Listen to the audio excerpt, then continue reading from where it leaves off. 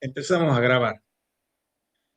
Muy buenas tardes. Estamos en la segunda clase de Escuela y República que damos aquí en la UNCE, en la Escuela de Innovación Educativa.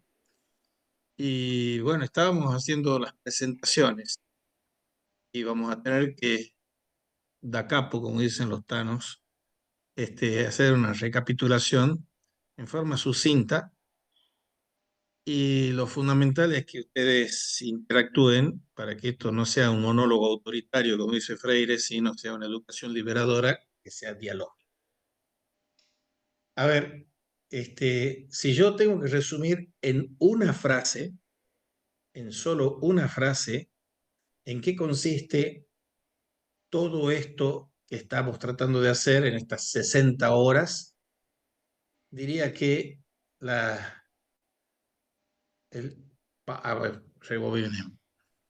Todos, de una o de otra manera, por activa o por pasiva, ejercemos la docencia, por activa o por pasiva, pero no es una cuestión que los que son graduados son los activos y los que son estudiantes son los pasivos.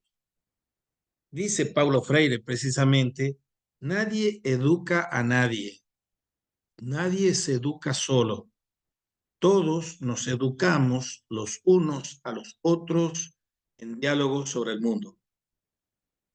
Y es fundamental eso porque una de las taras más taradas que hay en el proceso educativo, y no solo aquí en Tucumán o en Santiago del Estero, a nivel global, es seguir reproduciendo y replicando modelos escolares y políticos que son autoritarios, autocráticos, dictatoriales, en los que se plantea como si fuese un dogma que uno intangible, el maestro está allá arriba y es el que sabe, y el alumno está allá abajo y es el que ignora. Esa asimetría entre el educador y el educando es la gran mentira. No hay tal asimetría. Pero una cosa es decirlo a esto teóricamente y otra cosa es practicarlo. Entonces, aquí yo les he dicho en una frase, vamos a ver cómo se resume la escuela y la república. Para educar y para convivir políticamente hay que caminar hacia la verdad y hacia la justicia y la paz a través del amor. Esa frase, eso resume todo lo que yo desearía que podamos discutir. No lo digo como una verdad intangible, sino que es una verdad propuesta. Repito, la escuela, para hacer una síntesis quintesenciada también, la escuela significa escuela, jardín de infantes, colegio secundario, universidad, posgrado, todo eso. La escuela, la esencia de la escuela, dice Freire, es el diálogo. Y la antiescuela es el monólogo autoritario. Y la esencia de la vida política o democrática o republicana, contando con ese principio dialógico de la escuela, es el principio fraternidad. Y resulta que nosotros venimos, y no quiero ser tremendista, pero estos 2500, 2600 años de cultura clásica, cristiana, moderna, posmoderna, normalmente estamos empantanados en una situación de una doble tragedia educativa y política. La tragedia educativa, decíamos, es que somos malos maestros y malos alumnos, pero no es una fatalidad, podemos ser mejores maestros y mejores alumnos. Y repito, hay que romper el espinazo de la asimetría educador-educando. Y la tragedia política o democrática es que somos malos políticos y somos malos ciudadanos. Ahora, de ese doble laberinto trágico se sale por arriba. El arriba, para salir del laberinto en el que está sumida la escuela, es el principio dialógico. De todo esto vamos a hablar con detalle más adelante, están en los textos colgados en la cátedra. Y el arriba, para salir del marasmo, la tragedia política, es el principio de fraternidad. Entonces, resumiendo, principio dialógico, principio de fraternidad es lo que estamos llamados todos a hacer en cada minuto de nuestras vidas y en cada metro cuadrado que pisamos o que transitamos. Eso es lo que resume todo el curso, que obviamente tiene que ser desplegado con matices. Pero para que esto sea de verdad un juego, la estructura del programa es un preludio, un interludio y un posludio.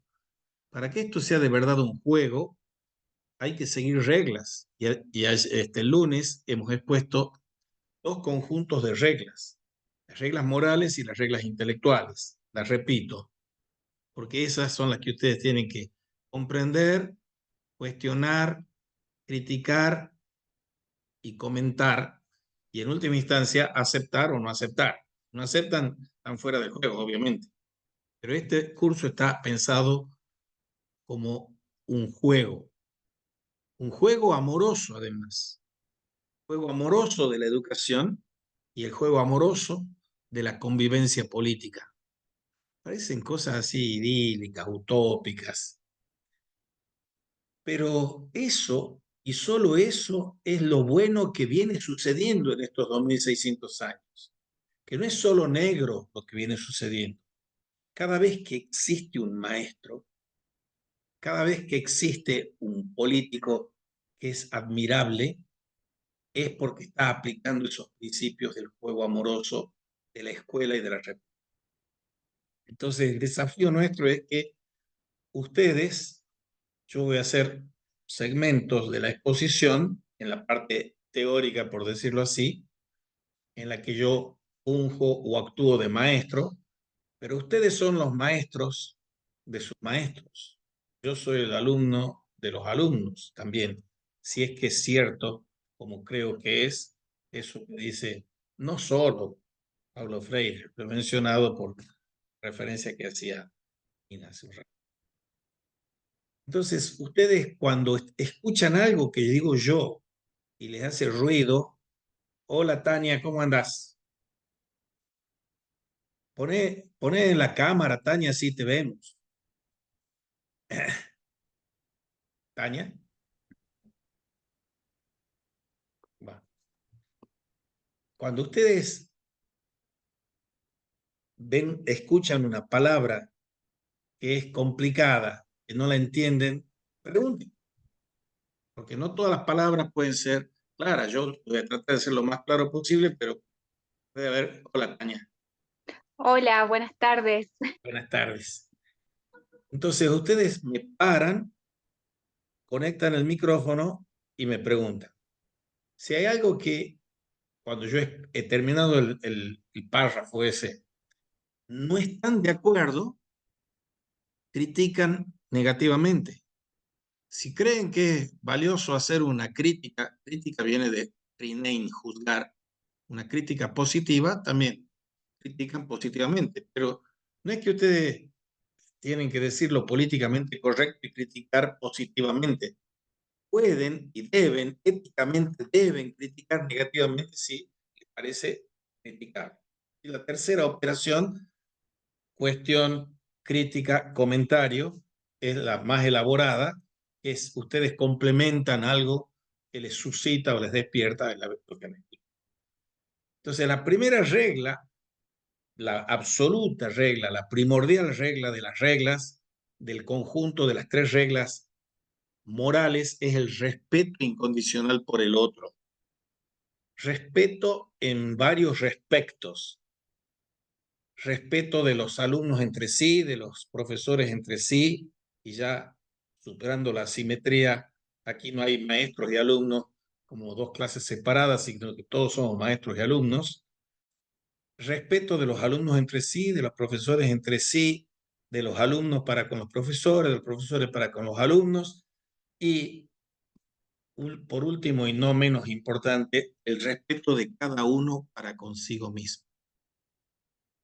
Eso es una cosa casi difícil de entender, porque también es difícil de entender esa cosa tan simple como el ama a tu prójimo como a ti mismo. ¿Cómo puedo amarme a mí mismo si no me respeto a mí mismo? Entonces, la primera regla moral, la más absoluta de todas las reglas, de las 6 que voy a exponer, es esa, el respeto. Hay un desprendimiento de 2 reglas morales. Es, primer corolario o consecuencia del respeto es, hay que escuchar y leer con respeto y diligencia al otro. Y segundo corolario, hay que hablar o escribir con respeto, diligencia y claridad al otro. Esas son las 3 reglas morales. Ya después les voy a preguntar si las comprenden, si las cuestionan o las critican. Las tengan presente. Y ahora vamos a las reglas intelectuales, que son las semióticas, que dicho en términos complicados contemporáneos, semiótica es la ciencia de los signos. Entonces, la relación de los signos entre sí es la sintaxis, o lógica, que le decimos nosotros, o dialéctica, que le decía Aristóteles. Después vamos a hablar de la dialéctica y el diálogo, es otra historia. Es la lógica, la sintaxis. La segunda relación es la relación del signo con la cosa, es lo que nosotros llamamos el significado, y los contemporáneos llaman semántica, y los clásicos y medievales llaman gramática. Y la tercera es la relación del signo con el usuario del signo. Eso es lo que los contemporáneos llaman pragmática y que los clásicos y medievales llamaban, y se lo sigue llamando también, la retórica. Bien, repito las 6 reglas y pregunto, y cada uno personalmente me contesta. Primero les voy a preguntar si las comprenden, después que me han contestado les digo si tienen cuestiones sobre eso, y después les voy a decir si tienen críticas, comentarios. Primera pregunta para Vanina, César y Tania. ¿Comprenden esas 6 reglas, las 3 reglas morales y las 3 reglas intelectuales? Vanina. Sí, ¿sí? César. Sí, César. maestro. Perfecto, comprendido. ¿Y Tania? Sí, Tania. ¿Sí? ahí se escucha. ¿Y tienen alguna pregunta sobre el significado de alguna de las palabras que he usado? ¿Alguna cuestión para hacer de esa? Vanina. Vanina. ¿No? ¿No? César. ¿No? No, maestro, perfecto todo. ¿Y vos, Tania? No, no. Bueno, entonces estamos en paz. Espero que no sea la paz de los cementerios nomás. Ay, Bien. Vamos por parte, como decía Jack el Destripador.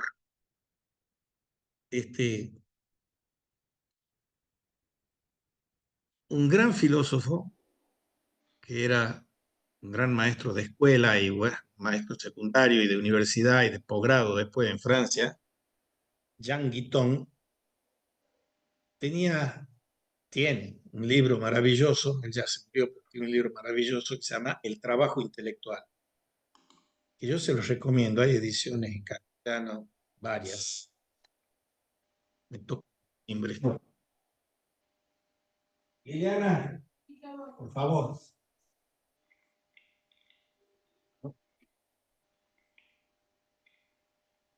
Y vean la encarnadura que tienen estas reglas que les acabo de decir. Él decía, veamos ahora primero el tema de la sintaxis. Él decía, cuando yo les hago un dictado a los chicos en la escuela, me importa más que los errores de ortografía, los errores de puntuación, porque la ortografía es una cuestión de memoria, la puntuación es una cuestión de inteligencia. Yo les voy a hacer ahora, para que sea interactivo, y que dialógico y disputado el asunto, debe ser un ejercicio a ustedes. Un ejercicio en el que ustedes, yo les voy a decir con la mayor neutralidad posible unas palabras y ustedes van a poner los signos de puntuación. ¿Se entiende la consigna? ¿Se entiende la consigna? Conteste, chicos. Sí, sí, Qué sí. bárbaro, Dios mío. Ustedes muchas cosas pueden hacer en este juego. Lo que no pueden hacer es salir del juego. Entonces tienen que jugar, no sean tan tímidos. No, lo que pasa es que por ahí apagamos el micrófono para que no Bueno, haga no interferencia. importa, no importa. Sí, yo comprendo, pero a mí me encanta probarlos a los alumnos y siempre les digo, ustedes jueguen, jueguen, que lo mismo voy a ganar yo, porque soy el más pícaro de todo. Así que no importa. Digo las palabras. Ustedes van a poner los signos de puntuación. No se atropellen, no en fondo. El maestro dice, Sarmiento es un burro. Hay dos sentidos diferentes de esa frase en función de los signos de puntuación. Levante la mano o abra el micrófono y digan una propuesta de mera signos de puntuación. ¿Han entendido las palabras? Ustedes tienen que poner signos de puntuación. Aña, vos tenés cara de querer Bueno, contestar. yo supongo que después de Sarmiento va una coma. Vos decís Sarmiento, coma, y seguís diciendo la frase. Claro, Bueno, seguí diciendo la frase. Sarmiento, ese es el único signo de puntuación que pone en la es, frase. es un burro. No. Punto. La palabra es Sarmiento. Dice, el maestro es un burro. No me quites ninguna palabra. Poné los signos de puntuación. Sarmiento, coma. Sí. Dice el maestro es un burro. Punto. No, está mal. A ver, alguien que se anime. Yo pienso que es A ver. distinto. Para mí es el maestro, dos No, no, puntos. empezá con Sarmiento. No me cambien el orden de las palabras. Bueno, Ni me saquen las Sarmiento. palabras ni cambien el orden de las palabras. Sí, Sarmiento. Sarmiento dice, dos puntos, signo de admiración, el maestro es un burro. Cierro signo, punto. Bueno, está lindo, porque ya sos barroca con los signos de admiración. El Sarmiento dice, dos puntos, el maestro es un burro. Ahora, César o Tania, una alternativa de signos de puntuación a eso que ha dicho Vanina. Parecido a lo que dice Tania, pero hay que completarlo porque Tania se quedó en la mitad del río. Punto y coma sería. No, es hermoso eso porque nadie sabe para qué son los puntos y comas. Mejor dicho, si hubiesen tenido profesores de gramática y literatura española, sabrían. Pero no sabemos nosotros qué es la diferencia entre la coma y el punto y coma. Creemos que esos han Pero venido de cuando los hay chilenos. varias comas, el punto y coma es como que da finalizado la Sí, bueno, idea pero de no todos vamos a en los... eso ahora, eso es para que estudien gramática, pero es César, una Bueno, alternativa de puntuación, Otaña, a la que ha dicho Vanín.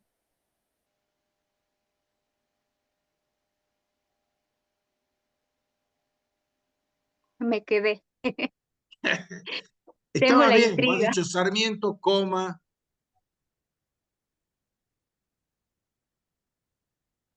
Dice, no me ponga un signo después de dice, porque el signo después de dice ya lo ha puesto Vanina.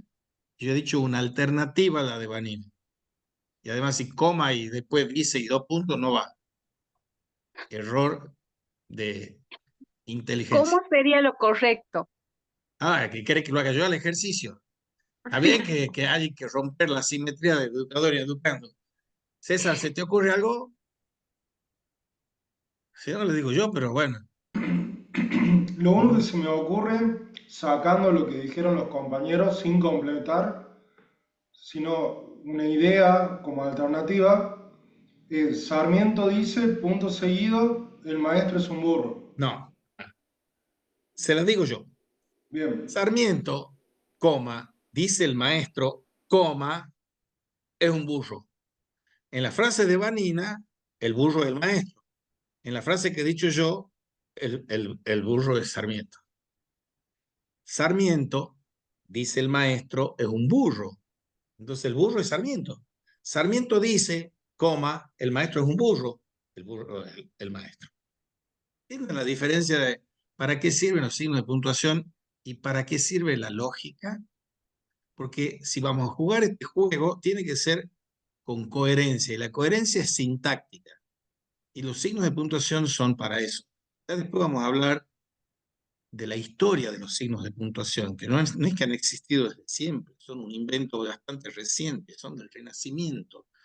Si ustedes toman un texto de la Edad Media, estaban escritos todos en letras mayúsculas y sin ningún signo de puntuación, porque los textos se leían. Si ustedes se van al Ciambón aquí en Tucumán con los benedictinos, ahí tienen el refectorio, mientras están almorzando hay uno que lee. Entonces, cuando uno lee, pone los signos de puntuación.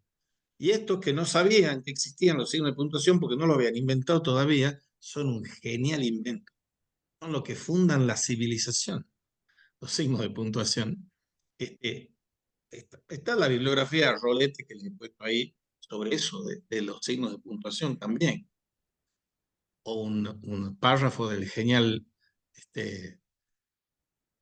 Julio Cortázar sobre el valor de la coma. Las comas cambian todo. El sentido. Pueden hacer todo. Punto y coma ya es una sofisticación posterior, pero bueno, eso es la sintaxis. Vamos a la semántica. Las palabras pueden ser unívocas, multívocas o análogas. Son las tres formas de pensar.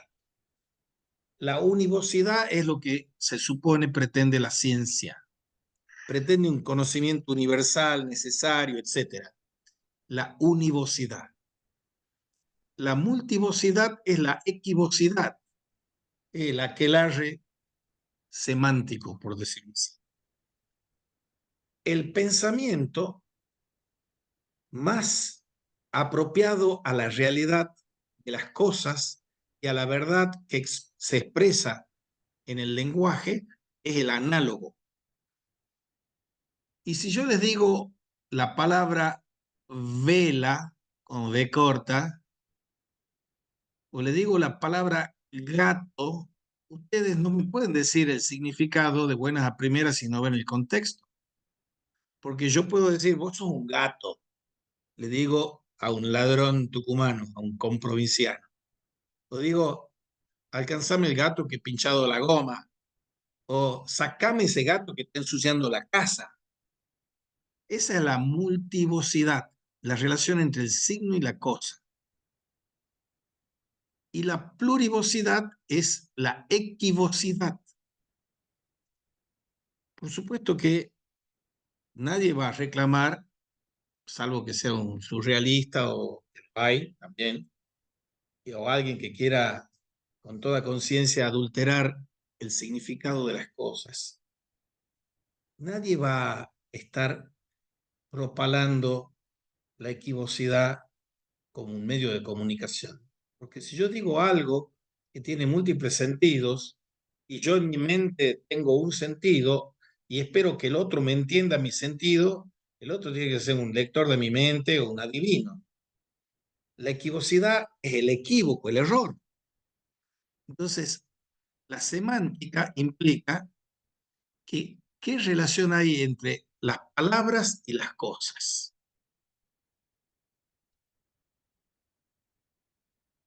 Ustedes alguna vez han estado enamorados, supongo, y alguna vez han tenido algún dolor profundo, supongo. Si cualquiera de sus amigos, amigas, etcétera, le hubiese preguntado al enamorado o a la enamorada que ponga en palabras lo que siente, y le iba a decir, si es honesto, no tengo palabras para decir, porque eso lo siento.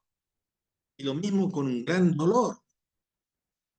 La expresión de lo que yo siento o lo que son las cosas varía en múltiples formas. Entonces, la semántica es cuando uno habla con pertinencia, con consistencia. Pero ¿cuál es el problema nuestro? Que estamos inundados por una Babel de los medios virtuales que nos hacen cada vez más imbéciles e idiotas lingüísticamente. Vamos destrozando a troche y moche en nuestro lenguaje. Entonces la capacidad expresiva se va mutilando. Para que uno pueda expresarse con cierta pertinencia, con propiedad, uno debiera tener 3.000, 4.000 palabras de un léxico. Hasta las propagandas ese que aprende inglés, porque para aprender inglés lo importante no es la gramática, no es la pronunciación, es conocer las palabras fundamentales. La cantidad de palabras fundamentales que tiene un graduado de posgrado es pobrísima. Y ni que hablar más abajito. Los más sabios son los niños que se hacen entender sin palabras, porque el nivel de idiotez aumenta con el nivel de escolarización que uno tiene, que le va destrozando a uno la sabiduría expresiva que tiene. Por eso, la semántica es aprender qué relación tienen las palabras con las cosas, que no es cualquier relación. ¿De dónde sale el significado de las palabras? Esa es la cuestión. Es un tema clave. Y la pragmática es la conjugación emocional de las palabras. Cuando nosotros hablamos, ¿qué tratamos de hacer? Tratamos de persuadir al otro de algo que nosotros estamos diciendo. Persuadir es seducir, es enamorar, es convencer. Y para eso tenemos que tener un juego amoroso, bello y verdadero, bello y semánticamente consistente para poder persuadir al otro. A ver, pongamos ejemplo. Hay un libro que se llama Introducción a la Lógica del señor Poppi, un libro muy famoso, publicado por Eudeva, que habla de la conjugación emocional de las palabras. Y nosotros no nos damos cuenta, pero siempre estamos conjugando emocionalmente los términos. Y él dice, hay 3 pronombres personales, singular y en plural, yo, tú, él. Nos quedemos con el singular nomás. Si yo estoy hablando de la bebida, de bebidas alcohólicas, digo, yo soy un hombre que tiene cultura alcohólica, vos sos bastante desmesurado para beber y él es un borracho empedernido. Esa es la conjugación emocional de las palabras. Eso para todos los ámbitos de la vida, porque las palabras las usamos como armas a veces para atacar al otro. Tenemos que usarlas, como diría el señor Kierkegaard, para edificar al otro y edificarme a mí mismo con las palabras. Bien. Entonces, sintaxis semántica y pragmática, dialéctica, gramática y retórica, están al uso, esas son las virtudes intelectuales, del respeto con el que hablo o escribo para el otro, con el respeto con el que escucho y leo al otro, el respeto incondicional por el otro. Bien, ¿está comprendido esto? ¿Sí o no? Si hay dudas, pregunten. Si hay cuestiones, háganlas. Si no, avanzamos. Sí, tengo una duda. A ver, No me ha quedado bien claro qué es la dialéctica. esa es una clase que vamos a dar el lunes que viene, pero adelante. La dialéctica es una palabra multívoca. Quiere decir varias cosas y muy distintas para los distintos pensadores. Por ejemplo, el señor Platón, y es hermoso que hayas hecho la pregunta. El señor Platón, dialéctica es lo mismo que ciencia. Ciencia se dice episteme. Y episteme es lo mismo que filosofía. La filosofía es dialéctica. Pero viene otro genio de los genios, que es su discípulo Aristóteles, y dice, no, yo puedo hablar, la dialéctica es para todas las cosas que son probables, pero no para las cosas que son necesarias. Por ejemplo, si yo voy a hablar de Boca y River, o voy a hablar de Milei y Macri, o la Cristina Kirchner, eso son cosas que no son necesarias. No puedo hacer un discurso necesario, es probable, son endoxa, dice él. Entonces, la dialéctica es ciencia para Platón y la dialéctica no es ciencia para Aristóteles, porque la ciencia para Aristóteles tiene que basarse en la propedéutica, un instrumento que es la lógica, y con juicios que son, hay distintos tipos de juicios, son apodícticos, que son a juicios probables, contingentes, y juicios categóricos. Entonces, solo hay ciencia si yo puedo hacer juicios apodícticos. Doy ejemplo. Si yo digo 2 más 2 es 4, ese juicio es apodíctico. Apodíctico significa que el predicado tiene una relación de necesidad con el sujeto. Otro, que no es del orden matemático, que se podría parecer más sencillo, el agua hierve a 100 grados. Hervir a 100 grados es un predicado conveniente a el agua en el conocimiento físico que nosotros tenemos. Uno puede hacer leyes sobre eso. Entonces, la dialéctica en Platón y Aristóteles son una cosa y otra. Saltamos a un señor, Santo Tomás de Aquino sigue a Aristóteles y San Agustín sigue más a Platón. Pero saltemos a la modernidad. Viene Kant, el gran filósofo de la Ilustración, y él dice lo que dice Aristóteles. La dialéctica no me lleva a la ciencia. Y viene Hegel y dice, está equivocado Aristóteles.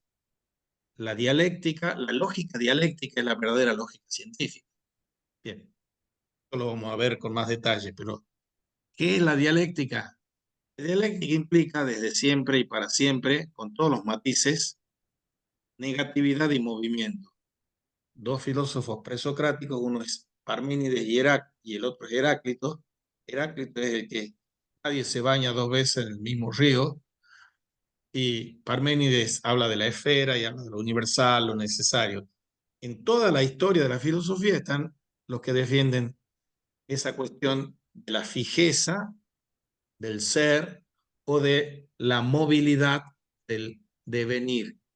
Entonces, movimiento y negatividad es para la dialéctica desde la modernidad, desde Aristóteles hasta hoy, con todos los cambios que hay que hacer, pero lo vamos a ver en detalle después.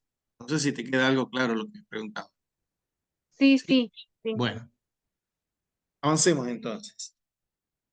Yo les he puesto y tienen ahí para leerlo el programa de la materia. Maestro, disculpe, Sí, antes que continúe, ¿le puedo hacer una consulta, por favor? lo que quiera. Bien, resulta que la clase pasada me hizo un poco de ruido algunas cuestiones que hablamos. Usted dijo de construcción, una compañera dijo la palabra construcción. No recuerdo a qué hizo referencia, pero dijo la palabra construcción. Y usted dijo que más que construcción le gustaba la palabra edificación y dijo el por qué. Porque la construcción era una imposición idealista. Sí.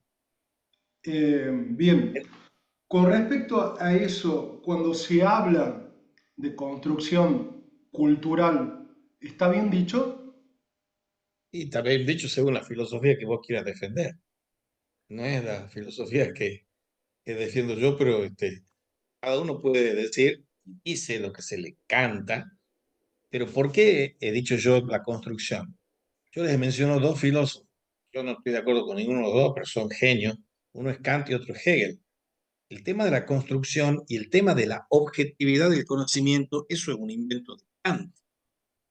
¿Y qué es lo que hace construcción? En cambio, Kierkegaard, que es un enemigo de Hegel, habla de la edificación. Y Levinas, que viene después en un sentido más kierkegaardiano, va a decir, el hombre construye la casa la mujer edifica el hogar. Edificar es la edificación interior. Toda educación es una autoformación. Educación es autoformación. En cambio, si yo digo un constructo cultural, dicen ahora. O sea, yo soy varón o soy mujer, eso no depende de la naturaleza. Niegan la naturaleza. Es un constructo. Cada uno elige qué quiere ser. Le da lo mismo. Me estoy metiendo en aguas tenebrosas y borrascosas, pero es así. Hay que defender que la realidad es lo que es y no lo que a mí se me ocurre que sea. Si yo les pregunto a ustedes, y se los pregunto ahora para que lo piensen y lo contesten rapidito, ¿las cosas las conozco porque son verdaderas o son verdaderas porque las conozco? Vamos una por una. Contesten. ¿Las cosas son verdaderas porque yo las conozco o yo las conozco porque son verdaderas? ¿Qué opina César?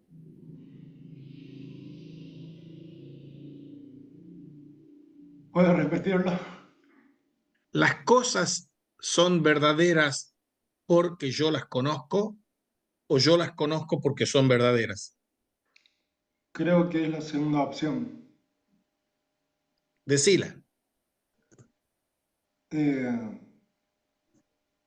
yo las conozco porque son verdaderas. ¿Y vos, Tania, qué opinás?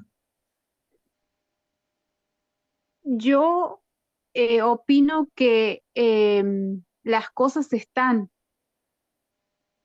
que son Pero verdaderas. contestame una de las dos opciones.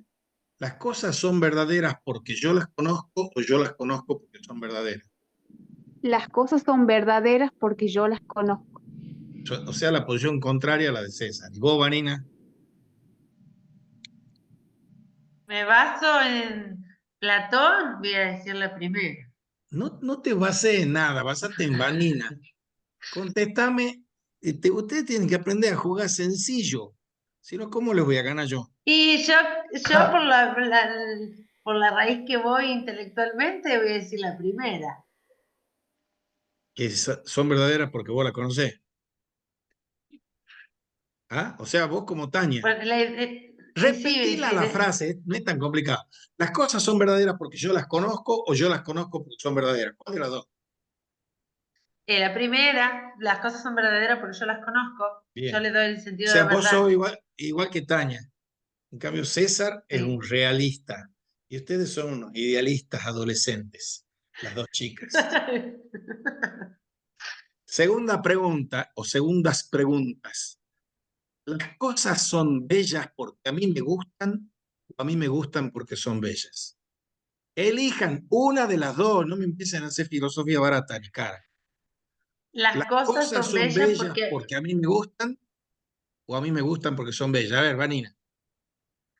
las cosas me gustan, porque a mí, las cosas son bellas porque a mí me gustan. Ah, Tania, Sí, son bellas porque a mí me gustan. César. Coincido. Uy, ahora los tres están en ataque, pandemia de adolescente, entonces. No, Eso, ¿puedo argumentar el porqué? sí, argumentá, pero te voy a hacer añico. Sí, argumentá. Entonces no. Sí, argumentá, por favor, por favor, por favor. Yo esta pregunta se las hacía a los chicos adolescentes y todos los adolescentes contestan así como ustedes. El señor que inventó la respuesta de ustedes se llama Protágoras, que dice, el hombre es la medida de todas las cosas. Y Sócrates dice, Dios es la medida de todas las cosas. La posición que han elegido ustedes como adolescentes es que ustedes son la medida de las cosas y no que Dios es la medida de las cosas. No estoy hablando del cristianismo, estoy hablando de Sócrates contra los sofistas. Pero la mente adolescente no es ninguna chicana barata ni cara la mía. La mente adolescente tiene una mayor pulsión y turbulencia de las hormonas que las neuronas. Pero Entonces, maestro, sí, la belleza, disculpe la interrupción, es una cuestión, es una imposición cultural. No es lo mismo que considero bello yo a lo que considera bella bello, perdón, otra persona de otra cultura o de otra época. Entonces, todo es de acuerdo al contexto. Este, Claro, profesor, es vos, Es mi subjetiva la verdad. vos sos argumentación, un ¿no? posmoderno La belleza. galopante, un posmoderno galopante que cree en el relativismo cultural y en el pluriculturalismo y toda esa sanata. En serio te digo. Este, no depende del contexto, las cosas son bellas. Ustedes escuchan una bagualera en Jujuy, o a Bach, o a Piazzolla, y eso no depende del contexto.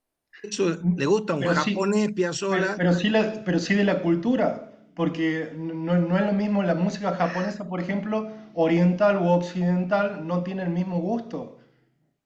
pero mira, tiene Claro, es tres. subjetiva la verdad. Le digo la belleza, Uy, es muy subjetiva la belleza. chicos, Si no, todos nos gustaría el mismo hombre, todos nos gustaría la misma mujer, nos gustarían las que mismas flores. Para mí es una ustedes me están imposición chuseando y yo cultural y les voy a depende, contestar. cuando dije de contexto, la geografía, Pero está bien, etcétera. O sí, sea, sí, te diferentes. entiendo el argumento, pero déjame que te añico. El punto es este. Kant tiene tres críticas, porque él dice, hay tres preguntas fundamentales y una cuarta que las engloba. ¿Qué puedo conocer? ¿Qué debo hacer? Que es la tercera pregunta que todavía no les he hecho. ¿Y qué es el ¿Y otro? qué me cabe esperar?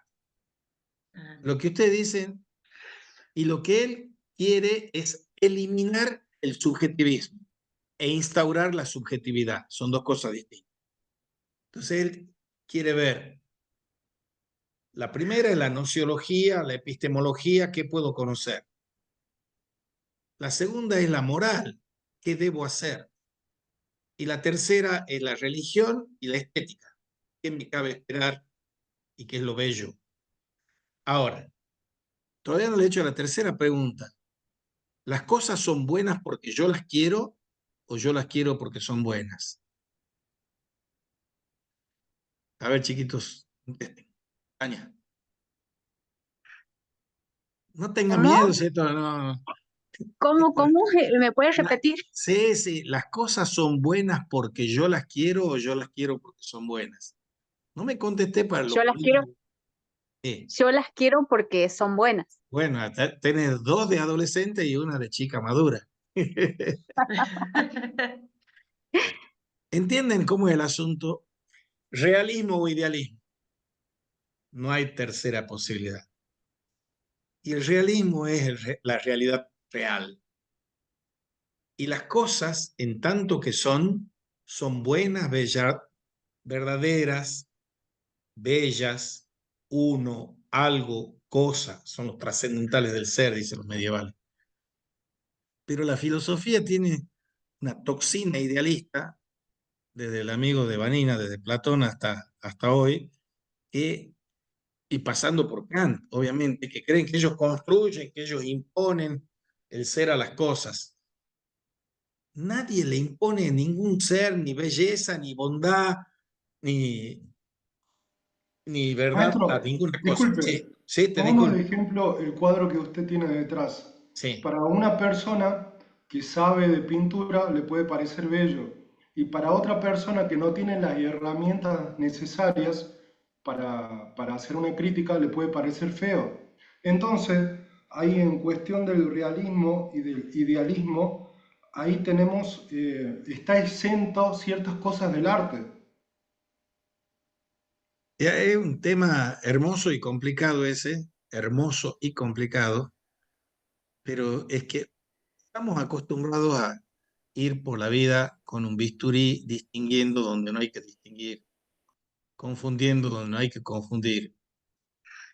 Y el tema es que ahí yo tengo un cuadro este que está aquí atrás, que es una foto, y dos cuadros que son óleos ahí.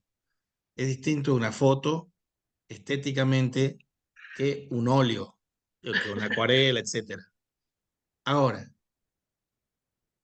dice Santo Tomás de Aquino, la belleza es el fulgor de la verdad.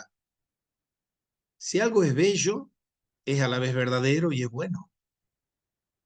Y si algo es bueno, es a la vez verdadero y bello. Le hago el otro ejercicio que le hacía a mis alumnos adolescentes con montones de hormonas huyendo en el secundario. Yo les decía, quiero que analicen la relación que hay entre los conceptos, las palabras y las acciones. Y entonces yo les decía, para chusearlos y motivarlos a los chicos, no lo voy a decir con ustedes, pero bueno, se les conté el cuento al final. Le decía a los chicos, digan una mala palabra, una mala palabra. Por supuesto, los chicos tenían temor de decir malas palabras, decían, mierda, decían, no, peor, una palabra mala, mala, malísima. Entonces, cuando ya ellos no podían decir nada porque les daba temor reverencial al profesor, que era un sinvergüenza de mil sanchufas, de todas formas, ¿no? Decí culeado, decí puto, decí lo que quieras decir que sea para vos negativo. Y después les decía, para pincharle el globo, una mala palabra es la que no se puede poner en conceptos y no se puede poner en obra. Un mal concepto es el que no se puede poner en palabras y no se puede poner en acción. Una mala acción es la que no se puede poner en concepto y no se puede poner en palabras. Entonces, tenemos que empezar a pensar esa maravilla que tenemos, la capacidad de pensar en la realidad de las cosas, porque tenemos que descubrir, como descubren los niños, que este mundo es maravilloso, que este mundo es extraordinario, extraordinariamente bello, extraordinariamente verdadero, extraordinariamente bueno. El mundo es así, pero nosotros estamos dormidos, obnubilados, abotagados, y andamos por la vida durmiendo. Y los niños son los que van despiertos. Por eso los únicos filósofos de verdad son los niños. Y los adultos que llegan adultos sin dejar de ser niños, como Quino, como Lelutier o como Fontana Rosa, que entre paréntesis hizo un hermoso discurso sobre las malas palabras en un congreso de la lengua, Rosario. Nosotros le proyectamos a las palabras la maldad y la bondad.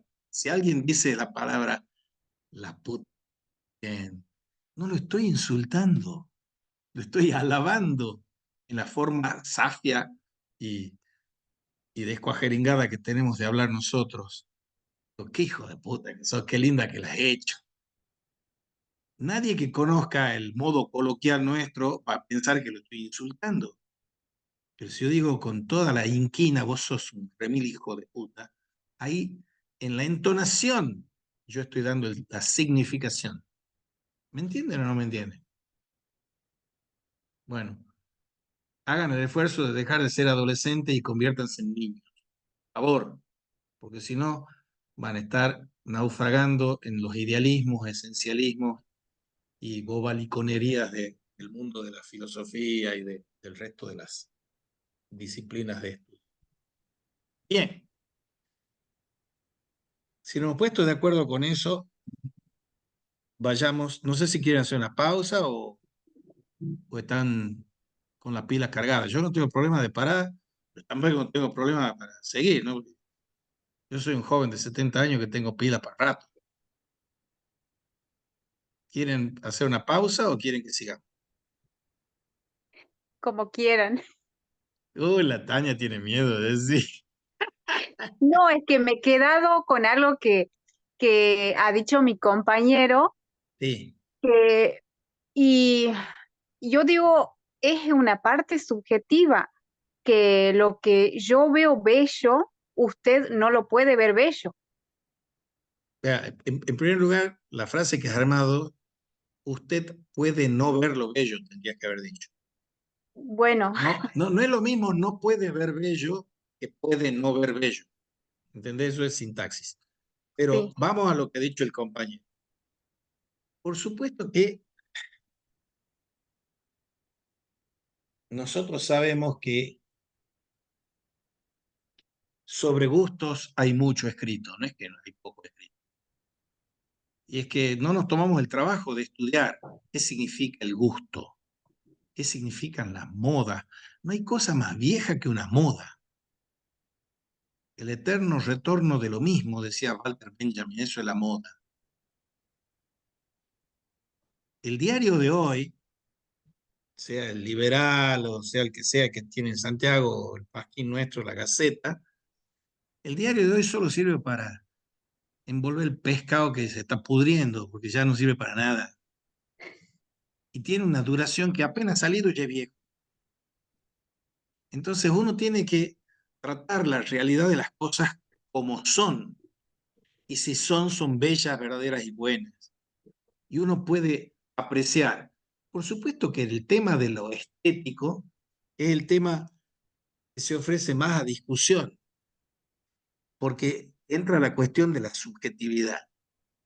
Pero nos quedemos un poquito en la subjetividad.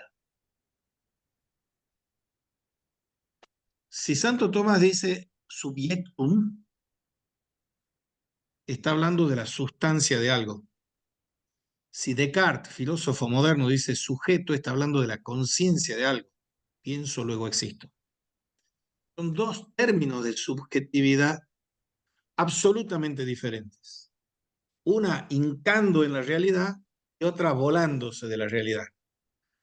Entonces, cuando nos tiramos por la cabeza la cuestión de los gustos, el contexto cultural, que las distintas culturas ven las cosas distintas, y nos tiramos por la cabeza todo es subjetivo, no sabemos ni qué decimos cuando decimos todo es subjetivo. Un gran filósofo y periodista español, José Bergamín, le preguntaban si él como periodista era objetivo. Y él le contestaba, por supuesto que no.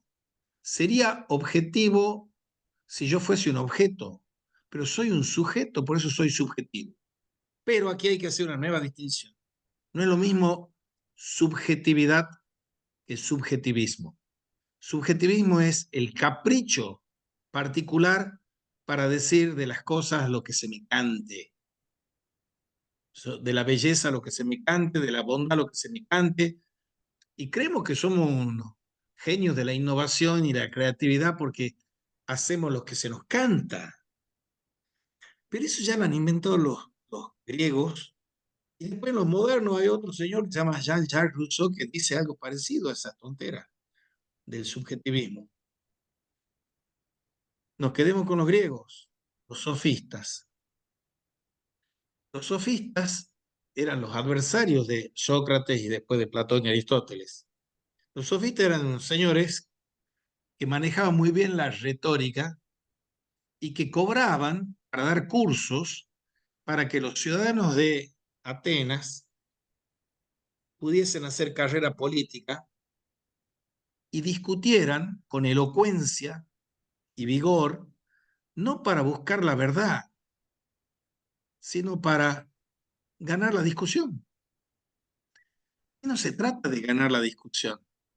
Cuando yo le digo, tomándoles el pelo, que yo lo voy a ganar, lo voy a hacer ñoqui, etcétera, estoy haciéndole una tomada de pelo en ese sentido. Nadie está buscando la verdad para ganar una discusión. Si yo digo yo soy la verdad, es distinto que lo diga Jesucristo que la diga Milei. Milei es un tarambana que no tiene idea de nada, es un idiota total. Pero no lo digo con merma de la investidura presidencial, pero es un idiota. Pero la Cristina Kirchner y el otro sanguango de Macri son igual de idiotas. Un gran escritor argentino, Abel Pose, decía, Frondizi fue el último presidente que leyó más de un libro. Son gente iletrada, gente, y cuando yo digo idiota no estoy diciendo un insulto como cuando Milei le dice al Papa que es un imbécil. Cuando digo idiota es un término técnico filosófico. Idiota es el que está preocupado de las cosas particulares. Lo contrario, el antónimo de idiota es el polités, el ciudadano. El ciudadano está interesado por lo público. ¿Cuál es el ideario que tienen el sanguango de Milei, los libertarios y los kirchneristas Y todos los periodistas, salvo honrosas excepciones que también meten la pata, como Longobardi o Pañi, que son mejores, pero también meten la pata porque no tienen formación. El no tener formación significa que no hablan con pertinencia y a veces no hablan con coherencia y su persuasión es berreta. Entonces, cuando yo les pido y les ofrezco, pido que comprendan las reglas de juego, es que con esas reglas de juego tenemos que jugar nosotros, no hacernos trampas entre nosotros y poder tener una discusión franca y honesta en el que nadie tiene la verdad. El tonto de Milei cree que él tiene la verdad, pero, pero no digo el tonto de Milei porque yo sea anticapitalista, que lo soy, sino porque pensar que uno tiene la verdad es estar equivocado. Porque si existe la verdad, no una verdad, mi verdad, esa es Cristo. No hay otro que haya dicho yo soy la verdad aparte de Jesucristo. Así de concreto. ¿Y qué? ¿Se tienen que hacer cristianos para ser filósofos? No, no estoy diciendo eso. Estoy diciendo de que nadie puede evitar cometer un error garrafal si pretende que él es la verdad. Dice San Agustín, busquemos como buscan los que aún no han encontrado y encontremos como encuentran los que aún han de buscar. Dice Sócrates un poquito antes, y no cristiano, en el diálogo de la República, en el mito de la caverna, la alegoría de la caverna, y en el banquete, en el diálogo del amor, él dice, él cuenta cuentos, mitos, y en esos cuentos que él cuenta,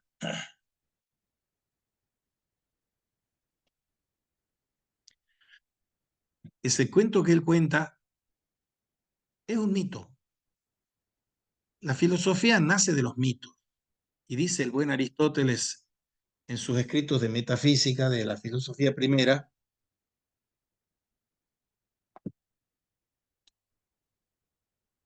que el filósofo es filomito, amante de los mitos. Bien, volvamos al mito que cuenta en el banquete. El banquete, el convivio, el simposio, como se dice en griego, cuenta el cuento, el mito de Eros. Y Eros es un semidios. Y a ese semidios está entre el cielo, el topos hiperuranos, que son las ideas, y está en el plano de lo sensible, que es la tierra. Aquello es lo perfecto, esto es lo imperfecto. Ahí está, porque eso, el machismo lo alimentó los griegos. Allá están los varones y aquí abajo están las mujeres. Y estaban los contertulios del simposio discutiendo para definir el amor. Entonces al buen Sócrates se le ocurre algo que a las feministas no se les ha ocurrido leer, las feministas de verdad, no las feministas que son sustitutos de los machistas, feministas de verdad sí han leído un personaje femenino ahí en el simposio, que es Diótima de Mantinea. Diótima de Mantinea es una mujer de Mantinea que es, dice Sócrates, todo lo que yo sé sobre el amor lo aprendí de Diótima, de una mujer. ¿Y qué es lo que aprendió? Aprendió que la filosofía es amar el saber, no decir yo sé. Amar el saber es porque yo no sé. Y entonces yo tengo que hacer un camino del no saber, que está en la equivocidad de lo sensible, al saber necesario y absoluto que está en el mundo de las ideas. Entonces, Eros tiene un papá y una mamá. Y el papá es el perfecto, el fuerte, el inteligente, y la mamá, Poros y Penía. Y Penía es la defectuosa, la que no es inteligente, la que está con la sensiblería, los sentimientos, etc. Entonces, él tiene los genes del papá y de la mamá. Porque tiene los genes del papá, busca ir a las ideas. Y porque tiene los genes de la mamá, es arrastrado hacia la tierra. Pero él tiene que estar haciendo ese camino de la tierra al cielo, de lo sensible a lo inteligente. Entonces, ese cuento nos cuenta que el amor filosófico, no es el amor de que yo me sienta en posesión de la verdad. Cuando alguien se siente en posesión de la verdad, como decía un nazi que era el jefe de propaganda de Hitler, cuando yo siento la palabra cultura, saco mi Luger, mi pistola. La cultura y la verdad es aquello que los fundamentalistas de cualquier pelaje dicen que ellos la tienen. Y nadie tiene la verdad, y menos nadie puede decir yo soy la verdad. Pero es que uno tiene que aprender que, de nuevo, San Agustín, o es humilde o es soberbio. Si es soberbio ya está perdido. No puede hacer filosofía, porque ya cree que sabe. Uno busca el saber porque no lo tiene y sabe que es arduo buscar el saber. Entonces, vuelvo a resumir el curso. Si yo digo que esto es una invitación a un juego y hay un preludio, el juego antes del juego, preludios pedagógicos y preludios metodológicos, y después está el interludio, que es el juego principal, y después está el postludio, el juego después del juego. Entonces yo los he invitado y los he provocado a que ustedes acepten el carácter lúdico que tiene este curso. Y la frase que les decía, para escuela y para república, la escuela está realizándose en su misión y vocación si juega amorosamente al diálogo. Y la república, la democracia, se consuma en su realidad si juega amorosamente a la convivencia fraterna. De todo eso vamos a hablar en detalle. ¿Me quedó más o menos claro esta introducción a la introducción? ¿Están de acuerdo con las reglas? ¿Van a Sí, jugar con sí, van a jugar con esas reglas? Miren que si sacan los pies del plato de las reglas, yo se los voy a decir, ¿no? Soy bastante brutelli porque tengo dos, dos abuelos que son del sur de Italia, así los mafiosos, los camorreros, eso, y otros dos que son andaluces, así que no tengo cómo salvarme yo. Y los uso a todos los alumnos de víctimas. ¿Aceptan el juego? sí. ¿Sí? Sí. La Tania se sonríe. Cree que no es verdad, cree que no es verdad. Bueno, no importa. Bueno, son las 19:22, vamos a seguir un poquito más. ¿Puedo hacer una pregunta? Las que usted quiera. Yo Le, les agradezco cuando hacen las preguntas, críticas. le hago una consulta. En la paideia y la politeia, escuela y república, ¿qué lugar ocupa la cultura? La palabra, puedo seguir unas cositas. La palabra cultura, he visto que viene del latín, que significa colere, que quiere decir el hecho, el verbo de cultivar, cómo cultivar la tierra. Y esto me lleva, digamos, a lo que usted dijo hace un momento de la cuestión filosófica de búsqueda del saber. Es como un libro que leí hace un tiempo que hablaba que es una responsabilidad de cada individuo, de cada persona, el buscar ese saber, el cultivarse como aquel que cultiva la tierra. En definitiva, esa, digamos, era mi pregunta con esa pequeña introducción. Bien, trato de contestar.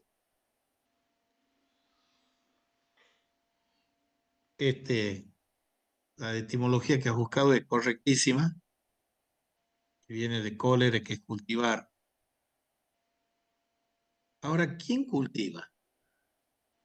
¿Para qué se cultiva? ¿Cómo se cultiva?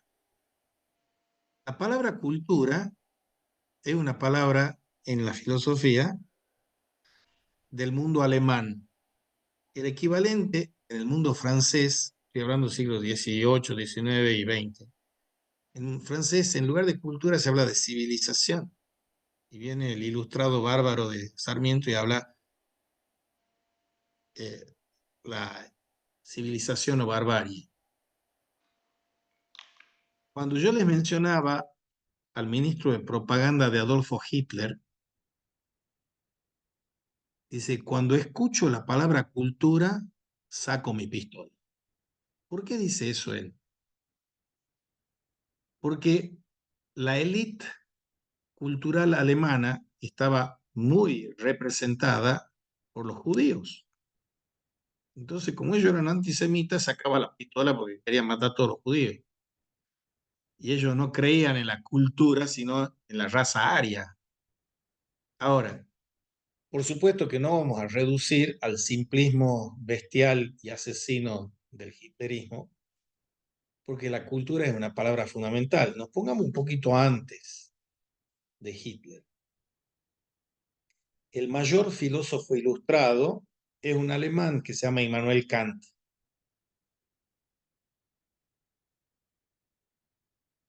Y el mayor o uno de los mayores filósofos románticos es uno que era más chico que Kant, que se llama Herder.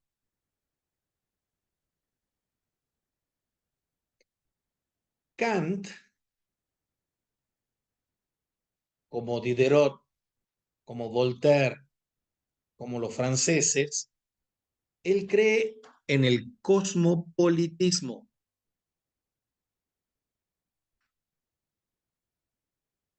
Después de la Revolución Francesa, los alemanes empiezan a batir palmas y tambores en favor de la civilización, en contra de la cultura. Pero empieza a surgir un grupo de resistencia a ese cosmopolitismo civilizatorio, y eso es lo que empieza con un señor que se llama Hamann, un señor que se llama Herder, y llegan a estas costas del Río de la Plata. El Facundo de Sarmiento no se podría haber escrito sin Herder. Ustedes en Santiago del Estero tienen no solo el quechua, sino tienen un romancero popular, un cancionero popular, recogido por un señor Juan Alfonso Carrizo,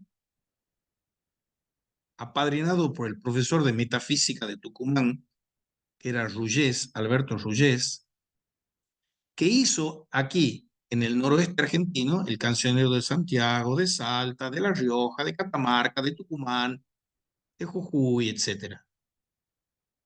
Eso que hizo en escala nuestra chiquita es lo que hizo Herder, el cancionero y el romancero de los hebreos, de los chinos, de los hindúes, de los alemanes, de los mitos germánicos. Entonces, la lucha es entre ilustración y romanticismo.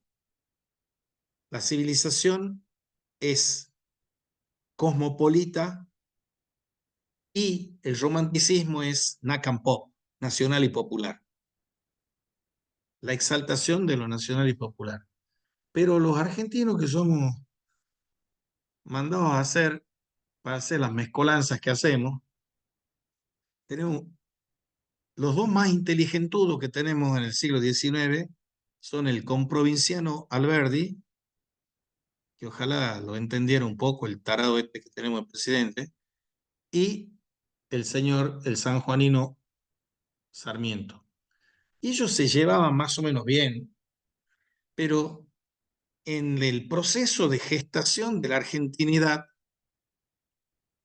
está primero los señores esos del 25 de mayo que acabamos de conmemorar, ni sabemos qué conmemoramos, ¿nos independizó de quién? Nos independizó de los Borbones para caer en los brazos de los ingleses, lo que fuese. Pero hay una generación que está ahí, son los Castelli, los Paso, los Moreno, los Saavedra.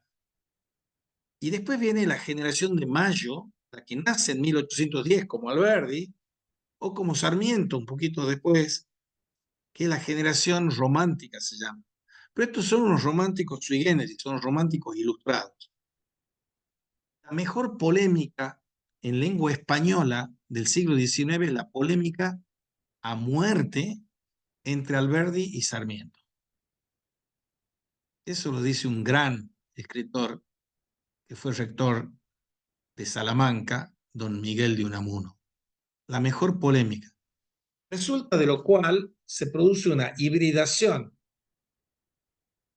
entre la barbarie ilustrada, que eso es Sarmiento, y la ilustración bárbara, que eso es Alberdi. Y volvamos a tu pregunta de la cultura y el contexto.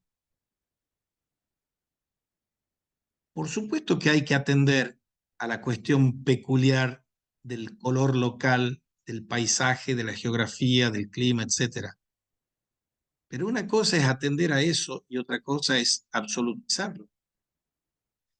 Cuando nosotros estamos aquí, en Tucumán, en Santiago del Estero, en Buenos Aires, lanzando a andar algo que todavía no ha encarnado, pero se está por encarnar, una red interuniversitaria entre la UNCE, la UCSE y la UCI, la Universidad de San Isidro, es para poner sobre el tapete la obra de un gran maestro de filosofía, uno entre otros, pero el nombre propio se llama Gaspar Risco Fernández. Tiene un libro que se llama Cultura y Región.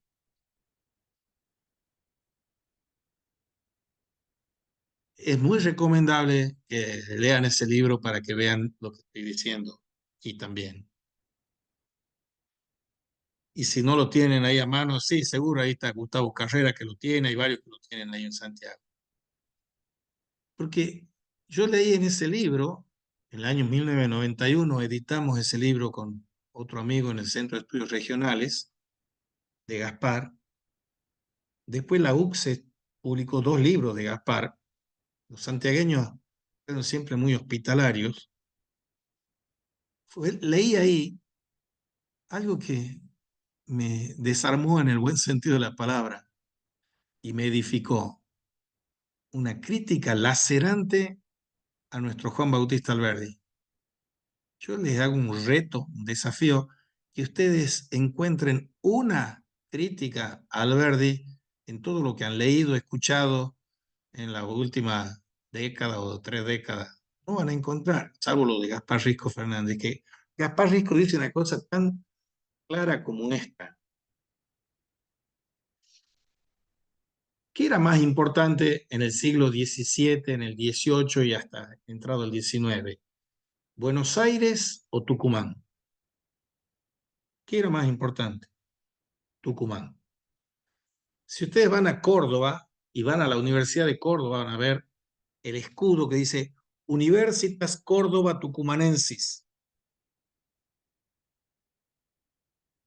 Si ustedes van desde el centro de Tucumán hacia la Facultad de Filosofía, que está en el Parque 9 de Julio, pasan por la continuidad de la calle Corrientes, que se llama Honduras, ahí,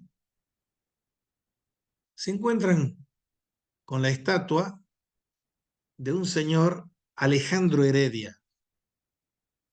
¿Quién es Alejandro Heredia? Fue gobernador federal en Tucumán y fue el padrino que le bancó los estudios al pobretón de Juan Bautista Alberdi.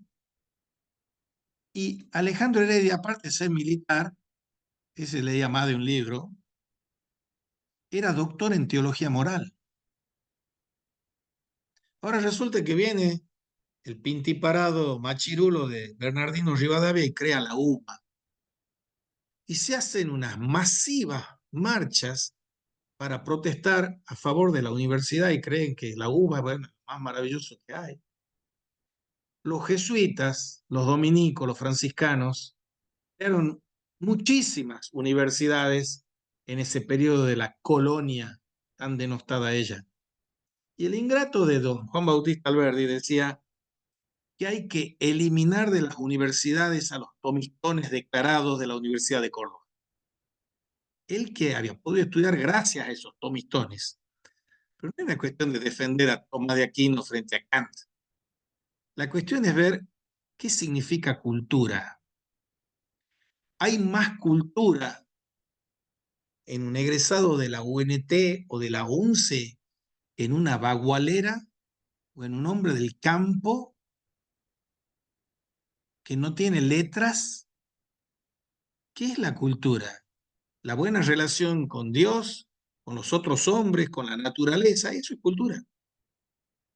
Si nosotros pensamos que la cultura es una cultura letrada, vayan a preguntarle a Paulo Freire qué es esa cultura. Eso es barbarie. Y el propio Alberdi lo decía, esos bárbaros de cuello blanco que son los abogaditos de Buenos Aires. Pero la pelea que hay entre Alberdi y Sarmiento es por una cuestión también de guerra cultural, le dicen ahora los sanguangos estos de Milei. ¿Qué pasaba? Todos ellos estaban peleándose contra el dictador, contra el tirano que era Rosas. Manon Tropo, el primer escrito del joven Alberdi es un programa de estudios de filosofía en el que le lanza unas cuantas flores a Rosas. Entonces los compañeros de generación se le tiran con todo. Entonces él se encolumna con todos estos que salen al exilio porque Rosas los maltrataba con injusta razón, obviamente, también. Y están en el exilio en Montevideo, están en el exilio en Chile. Y la mejor polémica en lengua española del siglo XIX es entre las cartas quillotanas de Alberdi y las 101 de Sarmiento. ¿Qué es lo que pasa? En 1852, Urquiza derrota a Rosas. Y en 1852 ya salen las bases de Alberdi, que van a ser las bases para la Constitución del 53. Y por eso le he puesto la ley base, el sanguango este nuestro del presidente. Por supuesto que no le llega ni al talón con callo de Alberdi, Milei, pero volvamos a Sarmiento y Alberdi. La pelea entre los porteños y el interior es una cosa que existe y sigue existiendo hoy.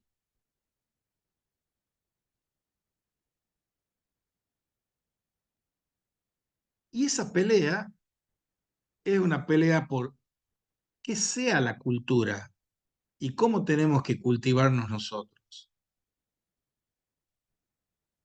La sabiduría popular que hay en esas mujeres de Jujuy que están en el cuadro ese ahí,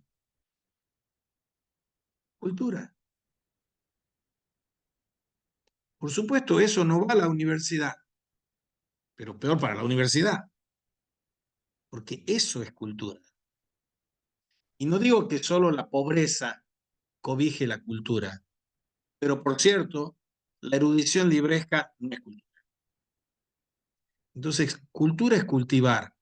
La palabra Bildung en alemán, que también se transmuta en cultura, es formación.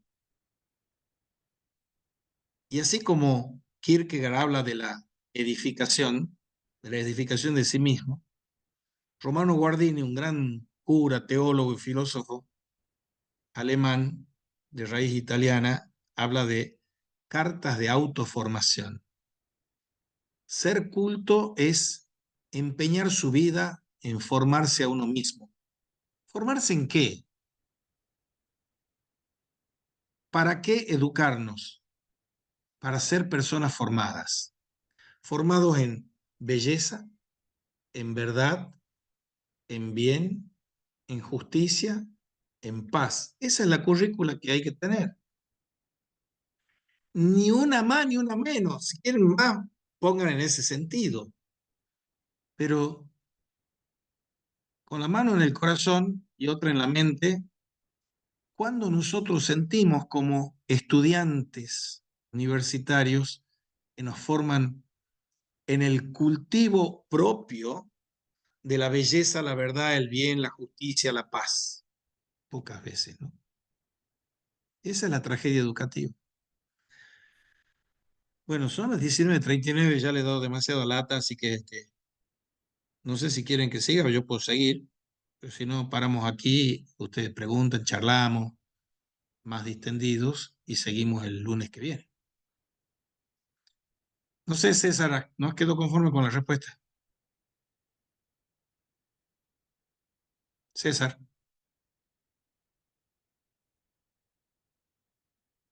César, ahí está. No he encontrado el mouse. Ratones fugitivos. No, sí, quedé conforme con la respuesta. Justo tengo en mano un libro que hace referencia a un antropólogo británico, Edward Taylor, supongo que será, La rama dorada. 1871, ya utilizaba la palabra cultura, tomada por el alemán Kultur, influido por Klemm, influido a su vez por Voltaire. Uy, ahí Voltaire, está. Eso dice, está haciendo una mezcla bárbara. para Voltaire, englobar el conjunto de los elementos que distinguen y ordenan a una sociedad dada y a sus miembros. La cultura, tomada en su significado etnográfico más amplio, es ese conjunto que incluye conocimientos, creencias, arte, moral, leyes, costumbre y toda otra capacidad y hábito adquirido por el hombre en cuanto sea miembro de una sociedad. Lo que dijo usted, me parece, en definitiva. no, no, no, no, no. Yo Mostrámelo al sí. libro, mostrámelo al libro. No, porque me va a matar. No, no te voy a matar, es una fotocopia. No importa. No porque después me va a silenciar y me va a sacar. No, yo no te voy a silenciar, si a mí me encanta que discutamos. Si de eso Me va se a trata. censurar. Mostrar, pero por favor, cada uno tiene el derecho de equivocarse como quiere. Hay dos formas de pensar, la incorrecta y la mía. Dale, mostrámelo. Porque la batalla cultural del Aje, Sí, me hizo correcto. un energúmeno total. A ver, ahí ha dicho dos cosas, una cosa contradictoria. Laje, así, un petimetre, se la da de vocero de Milei. Es doctor en filosofía también, ¿no? Ya sé, pero eso no quiere decir Por nada. la... Ser doctor en filosofía Ah, no te no, da no, con patente su... para nada. Yo pregunto. Sí, ¿no? Pero un chico mal formado es, y muy ideologizado. Ideologizado en el anarcocapitalismo. Este, ahí ha dicho una palabra, cultura, y un nombre propio, Voltaire. Voltaire está en las antípodas de la cultura. Voltaire es un ilustrado francés,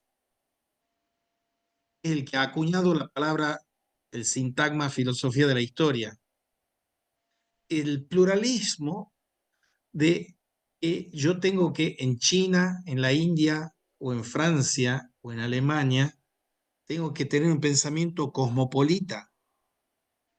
Es lo contrario de lo nacional y de lo popular. El Volks, el folclore. Ustedes que son tan amantes del folclore, los santiagueños. Folclore, folk es pueblo.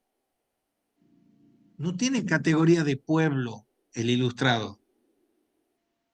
Y Laje no sabe filosofía y hace macana y dice macana.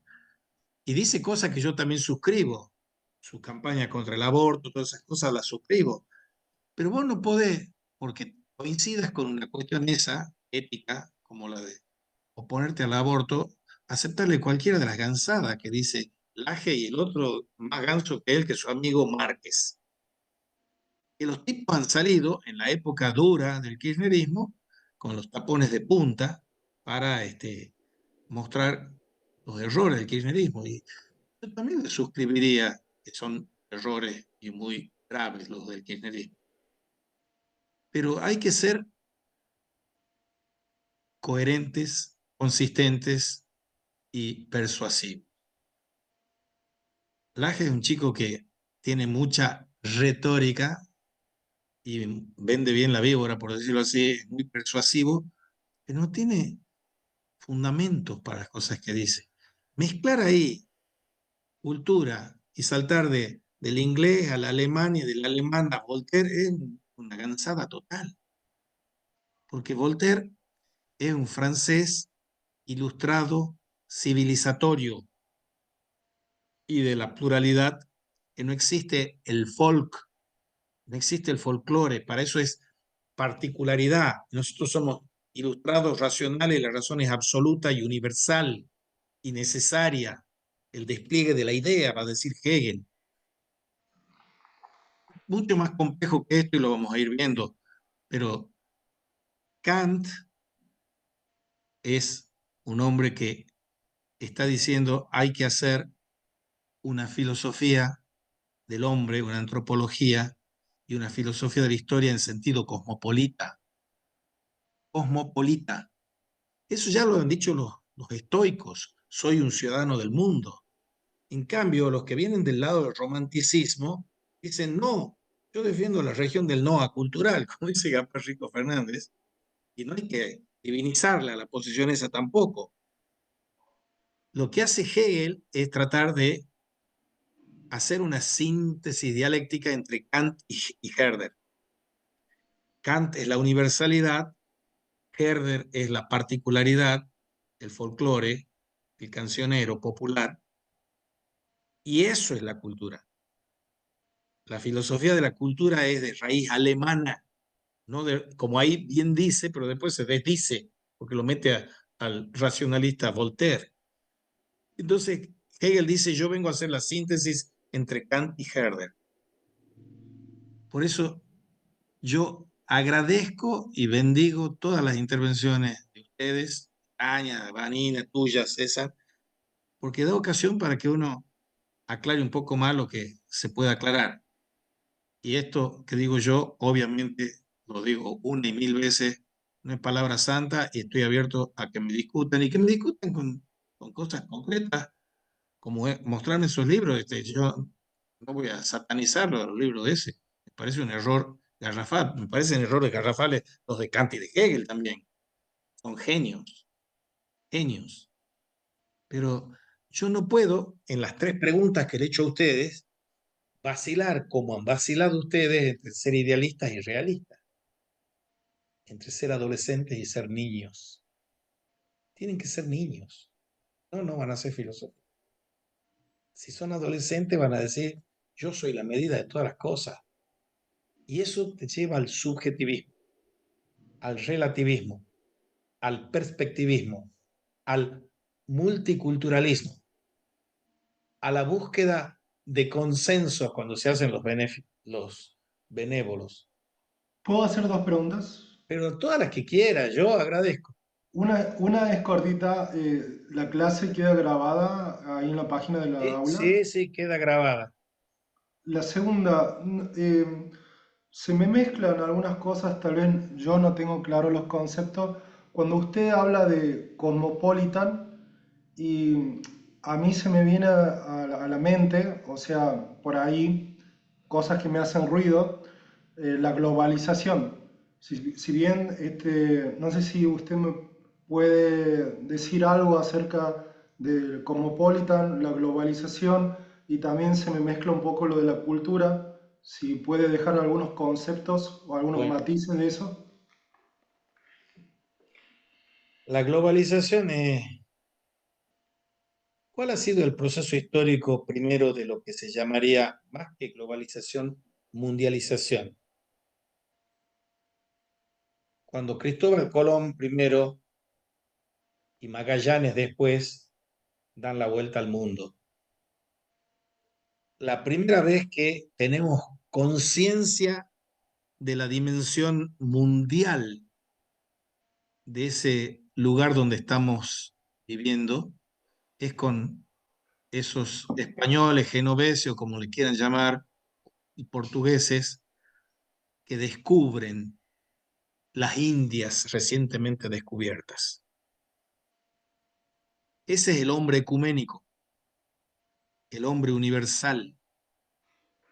Y todos, recién en ese momento, tenemos conciencia de ser todos iguales ante Dios. Ahí nace históricamente por primera vez la noción de encarnada, histórica, de la fraternidad. Liliana, la reina Isabel la Católica promulga unas leyes de Indias y esas leyes de Indias establecían taxativamente que no se podía atacar, herir, robar a los indios porque nosotros teníamos mayor capacidad técnica, tecnológica. No se podía. Entonces, la cuestión es que vienen los hidalgos aquí y estos hidalgos, algunos eran unos sinvergüenzas, asesinos y otros no tanto. Y vienen unos frailes que algunos eran unos sinvergüenzas y ladrones y otros no tanto. Pero dice el mismo Gaspar Risco Fernández, en los distintos procesos de colonización y conquista, que algunos llaman civilizatorio, España fue la única que generó desde sí misma, desde sus entrañas, una crítica a la razón colonizadora. La universidad más importante era la de Salamanca. La cátedra más importante era la cátedra de Teología Moral en Salamanca. El catedrático más importante se llamaba Francisco de Vitoria.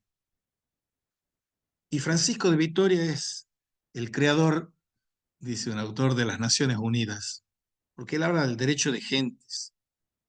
Y el que estaba reinando e imperando era el emperador Carlos V. Y desde su cátedra de Teología Moral, Vitoria no le temblaba el pulso para decir que hay títulos que son legítimos para conquistar y colonizar y hay títulos que son ilegítimos. Yo no puedo, en nombre del Evangelio, avanzar con la cruz y la espada, robando y aniquilando a la gente para difundir el Evangelio. ¿Qué tiene que ver el Evangelio con las bombardas? Decía Bartolomé de las Casas. Entonces, si las cosas son así, como creo que son y que vienen siendo expuestas de esta manera, uno tiene que aprender a ponderar que los procesos de cultura, de aculturación, dice Gaspar en ese libro, Cultura y Región, que hay distintos estratos y pisos en el proceso de formación de la cultura. Y no solo hay que promulgar y proponer y ejecutar un diálogo intercultural, sino un diálogo intracultural. Porque a los santiagueños, a los santafesinos, a los tucumanos o a los argentinos promedio, tenemos el primer subsuelo que es el aborigen. El segundo que es el español. El tercero que es el mestizo y el criollo. El cuarto que es el burgués. Después viene la inmigración y después viene la industrialización y después viene la posmodernidad y toda la zaranda esa. No solo tenemos que dialogar entre las culturas diferentes, sino un diálogo intercultural y un diálogo intracultural. Tenemos que aprender a dialogar con los distintos estratos que nos constituyen. Entonces, palabras tan importantes como esas no las podemos reducir a la ramplona pirotecnia conceptual de hablar de la batalla cultural. Como decir, los bárbaros son los socialistas, los zurdos, como dice Laje, como dice Milei, y nosotros somos los civilizados y somos el progreso. Que me digan dónde está el progreso para la gente que se muere de hambre, para la gente que constituye más del 50% de pobres que hay en la Argentina hoy. Por supuesto que hay una herencia pesada a la que ha dejado los sinvergüenzas estos del gobierno anterior. Pero que no me vengan a decir que porque bajan un punto de inflación ellos son los progresistas y civilizados, porque progreso es una palabra pestosa. El progreso es la catástrofe, dice Walter Benjamin. Yo no tuve que buscar el progreso, sino la edificación cultural de un pueblo. Hay que tener un oído en el pueblo y otro en el evangelio, decía Monseñor Enrique Angelelli de La Rioja, y lo asesinaron.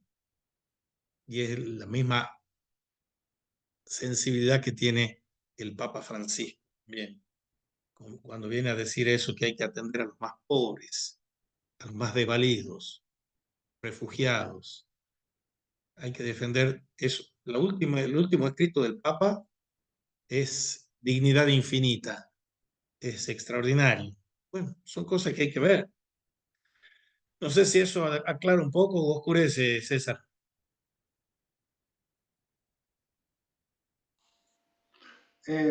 Me deja pensando, me deja reflexionando. Muchas gracias, maestro. Aquí hay una Sí, anécdota. Álvaro. Sí, A sí. mí también, porque yo tenía pensado en mi cabeza la idea de una razón cosmopolita en América Latina, por ejemplo. Y vos me estás desarticulando el discurso ahora que yo tenía pensado.